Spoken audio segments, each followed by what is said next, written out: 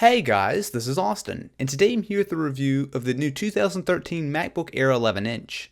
Hardware-wise, Apple hasn't changed much this time around, but there isn't much to complain about. The Air is still among the thinnest and lightest laptops around, measuring 0.68 inches at its thickest point, all the way down to just over 1/10 of an inch. With an aluminum unibody design, there's practically no flex in the laptop, and as someone who has used an Air for the last couple years, this build can definitely take some abuse. Even on the 11-inch, the keyboard is full-sized with the exception of the shrunken function keys, and while it's lacking a bit in key travel, overall it's a great keyboard to use. Turn down the lights and you'll see it's got automatic backlighting, which is a nice touch. The same praise can be said about the trackpad. It's got a smooth glass surface with multi-touch, and it's still much better to use than most Windows trackpads. Along the left side, you'll see the MagSafe 2 port for charging, a USB 3.0 port, combo headphone and mic jack, along with a new dual microphone setup. Flip it around to the right side and you'll see a Thunderbolt port which doubles as mini display port, along with the second USB 3.0 port for a total of 2. The 13-inch Air also has an SD card slot built in here. Up top above the screen, you'll see a 720p webcam which works fine for Skype and Google+, but isn't really anything special. Where the largely unchanged design is a bit of a disappointment is in the screen. It's a good panel with decent color and brightness, but it's not as accurate as I'd like. The viewing angles are disappointing, and most importantly of all, the resolution is fairly low. Unlike the Retina MacBook Pro line, the Air still features a 1366x768 screen, which while isn't a deal breaker, is nowhere near as sharp as even most Windows Ultrabooks today.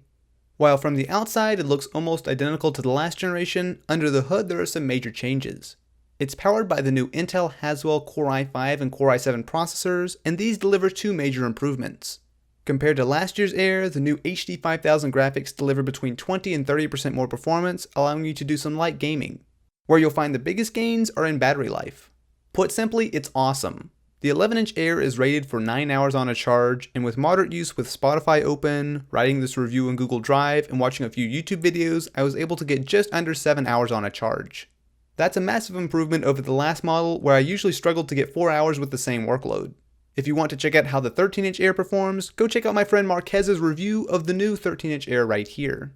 As far as how actually using the Air goes, it's a very snappy laptop. The base model might look disappointing with a low clock speed of 1.3 GHz, but it's almost always running well above that, and paired with a new PCIe based SSD, it's downright fast, doing most tasks like opening programs, browsing the web, and more. It's also outfitted with support for 802.11 AC Wi-Fi, which is approaching the speed of wired Ethernet and is a nice addition. While the Air has never really been made for heavier loads like video editing, it absolutely is capable. I use the Air while traveling to edit all of my videos, and with the 8GB RAM upgrade, it handles Adobe Premiere and After Effects fairly well. The 11-inch screen is a bit small for complicated projects, and it takes a while to render, but considering the size and battery life, I have no complaints. The MacBook Air is one of the best laptops period right now. It's got plenty of performance for the vast majority of people, a great design, solid keyboard and trackpad, and now some phenomenal battery life. The lack of a Retina display is disappointing, but if you're looking for a thin and light laptop, the 2013 MacBook Air is absolutely worth a look. If you're interested in more, check out my speed test and gaming demo of the new Air, and if you enjoyed, be sure to leave this video a thumbs up and subscribe for more like this. Anyway guys, I will catch you next time.